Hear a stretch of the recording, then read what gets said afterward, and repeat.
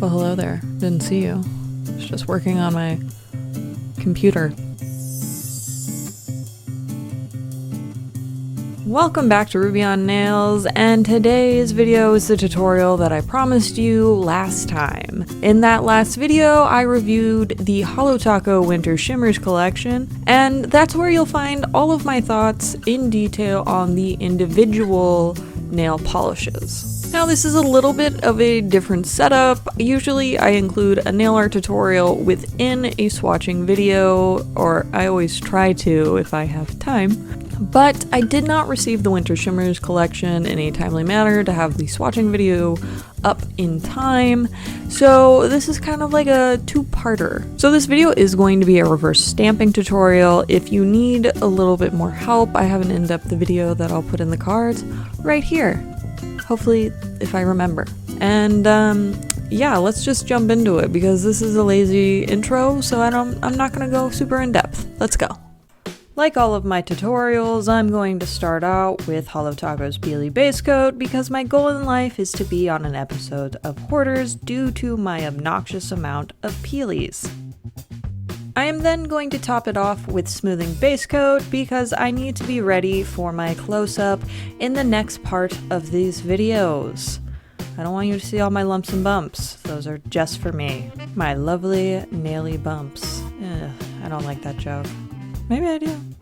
Because my goal is to use the entire Winter Shimmers collection, I'm going to be starting out with Laven-Duh, which is the lavender cream shade from the collection, and it's the first like truly purple cream nail polish by Holotaco, so I was very excited for this as I'm a big fan of all purples. And yes, I'm aware that Indigo Away is claimed to be a purple, however it's in the blue section and it looks very blue. It's like a very dark kind of blueberry blue, but I still think it's a blue instead of a purple, and you can fight me on that. Including you, Simply. I'll take those fists. I did apply 2 coats of Laven-Duh just to make sure that my gradient is the smoothest and most consistent as possible, so I want these to look hot fire. For today's video, I'm using a new liquid latex. This one is by Mini Manny Moo, and despite its glittery cap, I do not care for this liquid latex. It gets really gunked up on the brush and the cap, and then it is a super thin formula that applies thickly. I don't know, you gotta experience it. So when it dries fully, you need to go in and add another layer of liquid latex because it will fall apart when you try to peel it up. It's a nightmare. And then the brush is so inflexible that you can't really get up close to the nail. Usually I like to cover my cuticle gap, but with this brush it's just impossible. For my nail gradient, I'm going to be using Laven-Duh and Shady Navy, applying half to each side of the sponge, and I'm just going to make sure that I'm fully covering the sponge because it's not a whole lot of colors. I'm not super careful about how and where I apply the nail polish as long as half in half is fully covered. God, that was a weird way to phrase that, but whatever, you get my drift, you know? Once that's done, I am going to sponge it on. These are both very opaque colors, so you don't need to sponge on that many layers. I think in total I just did 2 and I was good. As you can see, that liquid latex did not dry very quickly, and that was after 10 minutes, so do with this information what you will. The gradient looks hot fire though. Once you're happy with the coverage and the opacity and blend of your gradient, it's time to peel away that liquid latex, which, you know, in the beginning I had a little bit of trouble trying to find the edge because it thins out so much that it's hard to find the edge of this. But as you can see, there was a lot of mess, a lot more mess than what I am used to, and you can also see where it thinned out so much that it just kind of falls apart. I'm going to be topping off this gradient with super glossy top coat because Shady Navy is such an opaque color and blues tend to stain.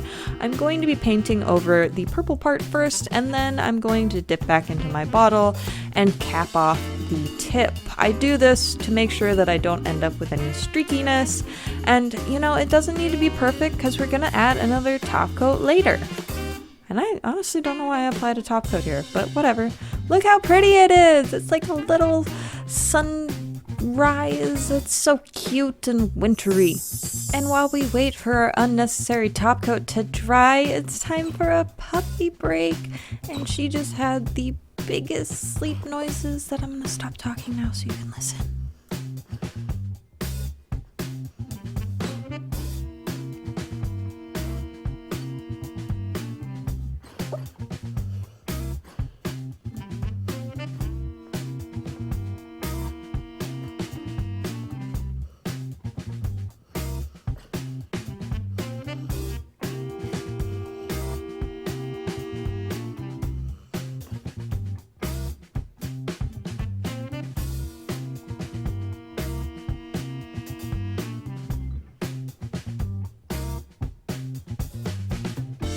Like, how cute is that? I didn't mean to scare you, but if I did, nice.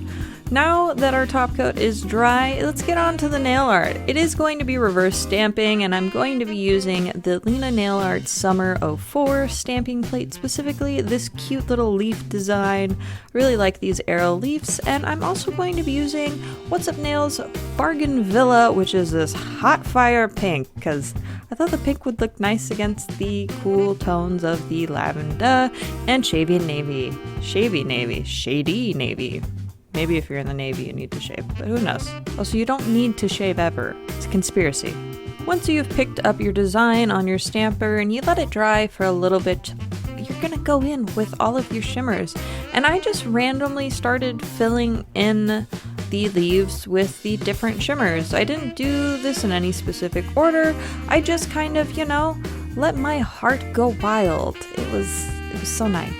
I did try to make sure that there was an even amount of each shimmer. However, towards the end of this sped up time lapse, you'll see that just went right out the door because a lot of these colors ended up right next to each other because for some reason I have no idea how to plan things out. But I did try to make sure that I started out with 3 of each color and then filled in as needed. And there's a lot of filled in as needed, just kind of went everywhere, and I need to make a plan before I start doing these things. But this is what the design looks all finished. I always like flipping it over to see how things look like, and then I'm going to go ahead and apply a base coat to my gradient because I need that little bit of grippiness. This one is the Seche Clear, and the only reason I got this is because I thought I grabbed the Seche top coat.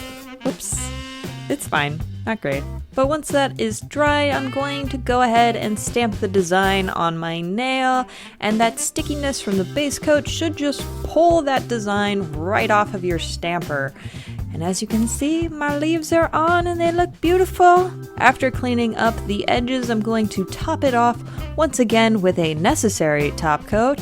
This one is by Holotaco, and it's their super glossy top coat because I got more in my order and I love this one. It's my favorite. This is what the finished design looks like, and I really like how the shimmers look all reverse stamped. I think it's very, very pretty, and I did just want to make sure that I showed you how they look with a matte top coat because I didn't film that part. But here's a picture. It looks really gorgeous in person because you can actually see the shiftiness. Now that you've seen this tutorial, definitely let me know if you have the winter shimmers, how you've used them. Are you just using them as regular toppers, or are you playing around with them? I definitely want to give these polishes their fair chance. I just particularly have never really used this style of topper in nail art, but thank you so much for watching. If you like this video, and if you like my videos, make sure to subscribe. I'll see you guys next time, or I'll probably see you very soon because I don't know when this video is going out, so it's probably going out really close to my regular Saturday videos. So I'll see you guys next time. Bye. Now this video is going to be a reverse stamping tutorial. God damn it, Discord. And because this isn't a normal video, we got some puppies in the office because she's just chilling. This is what BMO does pretty much all day long, is she will sleep on this beanbag chair and keep me company. Say hello, Bima. I've interrupted her. Oh, by the way, this is the other way I've used the toppers. On focus. Yeah. They look really pretty over a gradient. I still gotta figure out how to do it over nail vinyls. But yeah. Thanks for watching, guys.